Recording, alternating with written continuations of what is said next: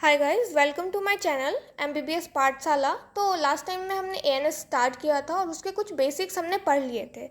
तो आज हम स्टार्ट करेंगे पैरासिम्पैथेटिक सिस्टम, जिसको हम कोलिनर्जिक सिस्टम भी कहते हैं।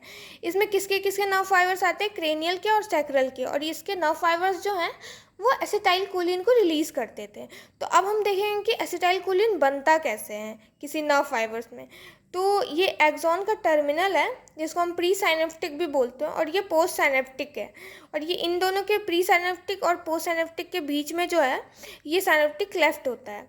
तो ये कोलिन जो होता है वो अपटेक किया जाता है एक्सॉन के टर्मिनल के द्वारा। फिर ये कोलिन जो होता है कन्वर्ट हो जाता है एसिटाइल कोलिन में। एसिटाइल कोलिन अब स्टोर होगा वेसाइकल्स में। फिर ये रिलीज़ हो जाएगा साइनेप्टिक क्लेफ्ट में। अब ये साइनेप्टिक क्लेफ्ट में रिलीज़ हो गया, उसके बाद ये एक्ट करेगा रिसेप्टर्स पे। अब ये एसिटाइल कोलिन या तो रिसेप्टर पे एक्ट करेगा या फिर मेटाबोलाइज हो जाएगा bye enzyme acetyl choline esterase से। ये बहुत ही कॉम्प्लेक्स सिस्टम होता है गाइस, तो मैंने आपको बहुत इजी तरीके से ये समझाया है। तो अब इसमें कुछ ड्रग्स होते हैं जो यहाँ पे एक्ट करते हैं, जो एसिटाइल कोलिन के सिक्रीशन को डिक्रीज करते हैं। जैसे फर्स्ट स्टेप में कोलिन को अपटेक ही नहीं होने देगा एक्सोन टर्मिनल में। तो ये कौन सा ड्रग्स होता है? हेमिकोलिनियम। फिर एसिटाइल कोलिन जो है उसको वेसाइकल में स्टोर ही नहीं होने देगा, वो वेसामिकोल। फिर ये एसिटाइल कोलिन को सिनाप्टिक क्लेफ्ट में रिलीज़ ही नहीं होने देगा, ये बोटुलिनम टॉक्सिन्स। लेकिन ये तीनों ड्रग्स जो है ये एसिटाइल कोलिन के सिक्रीशन को डिक्रीज़ करते हैं। लेकिन एक ड्रग है जो एसिटाइल कोलिन के मेटाबॉलिज्म को ही रोकेगा, मतलब जो एंजाइम उसका मेटाबॉलिज्म करता है उसको रोकता है ये। तो वो होता है फाइजोस्टिग्मीन। तो वही सेम चीज़ मैंने नीचे लिख रखी है कि हेमिकोलिनियम जो होता है वो इनहिबिट करता है uptake of choline in axon terminal. Vesamicol जो होता है वो inhibit uptake of acetylcholine into vesicles. Botulinum toxin जो होता है वो इनहिबिट करता है release of acetylcholine into synaptic cleft. और फाइजोस्टिग्मिन जो होता है वो इनहिबिट करता है एसिटाइल कोलिन एस्ट्रेज। तो ये इन तीनों से जो होगा वो एसिटाइल कोलिन डिक्रीज़ होगा, लेकिन फाइजोस्टिग्मीन से जो होगा एसिटाइल कोलिन इंक्रीज़ होगा। तो अब हम देखते हैं कोलिनर्जिक सिस्टम और पैरासिम्पैथेटिक सिस्टम के कुछ रिसेप्टर। तो दो तरीके के रिसेप्टर होते हैं, निकोटिनिक और मस्करिनिक। निकोटिनिक में दो रिसेप्टर रहते हैं, एन जो नर्व टू नर्व जंक्शन में होता है जिसको गैंग्लिया बोलते हैं, और एन जो नर्व टू मसल जंक्शन में होता है, न्यूरोमस्कुलर जंक्शन में। इसको कुछ ऑप्टिमम स्टिमुलस की रिक्वायरमेंट होती है तभी ये एक्ट कर पाता है। फिर इधर मस्करिनिक के जो रिसेप्टर होते हैं ये बहुत सारे होते हैं, लेकिन हमने पहले तीन ही पढ़ रखा है, M1, M2, M3। M1 जो है वो स्टमक में होता है, जो एसिड के सिक्रीशन को इंक्रीज करता है। हमने लास्ट टाइम पे पढ़ा था कि पैरासिम्पैथेटिक जो है वो हार्ट में डिप्रेस करेगा, बाकी हर जगह इंक्रीज करेगा।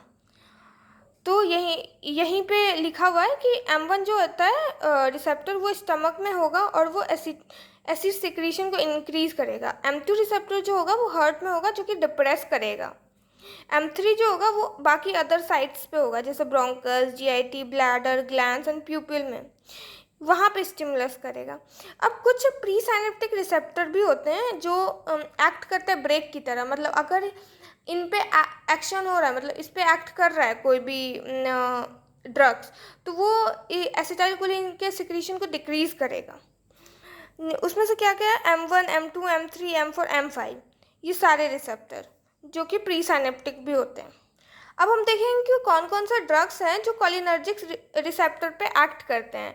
तो दो तरीके के होते हैं, पैरासिम्पैथेटिक मायोमेटिक, जो इनके पैरासिम्पैथेटिक मतलब जो एसिटाइलकोलिन के सिक्रीशन को इंक्रीज करेंगे, मतलब इनके जैसे ही होंगे, और पैरासिम्पैथेटिक लाइटिक। तो पैरासिम्पैथेटिक मायोमेटिक में दो तरीके के होते हैं, ये डायरेक्टली और इनडायरेक्टली। डायरेक्टली जो डायरेक्टली जाकर के एक्ट करेंगे, और इनडायरेक्टली जो कि एसिटाइलकोलिन एस्ट्रेज को इनहिबिट कर रहे हैं। जैसे हमने अभी पढ़ा है कि फाइजोस्टिग्मीन जो है वो एसिटाइलकोलिन एस्ट्रेज को इनहिबिट करेगा, जो कि एसिटाइलकोलिन के मेटाबॉलिज्म को डिक्रीज करेगा, जिससे एसिटाइलकोलिन इंक्रीज हो जाएगा।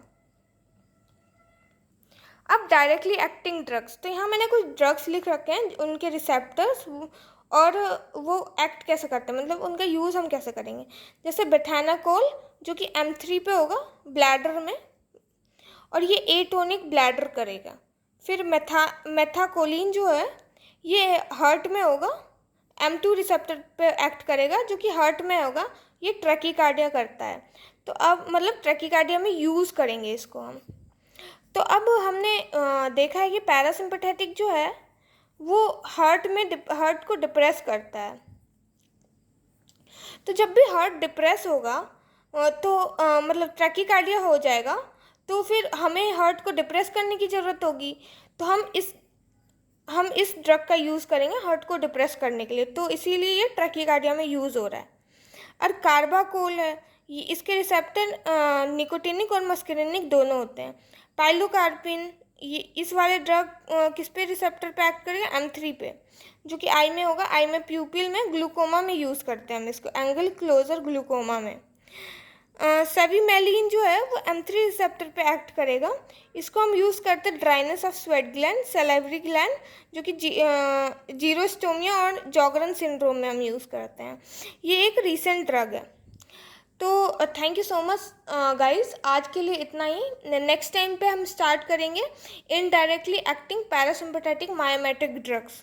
अगर आपको कोई डाउट हो तो आप मुझे कमेंट करके पूछ सकते हैं, और नोट्स के लिए आप इंस्टाग्राम पे मेरे ID MBBS पाठशाला को फॉलो कर सकते हैं और वहाँ से नोट्स ले सकते हैं। Thank you so much.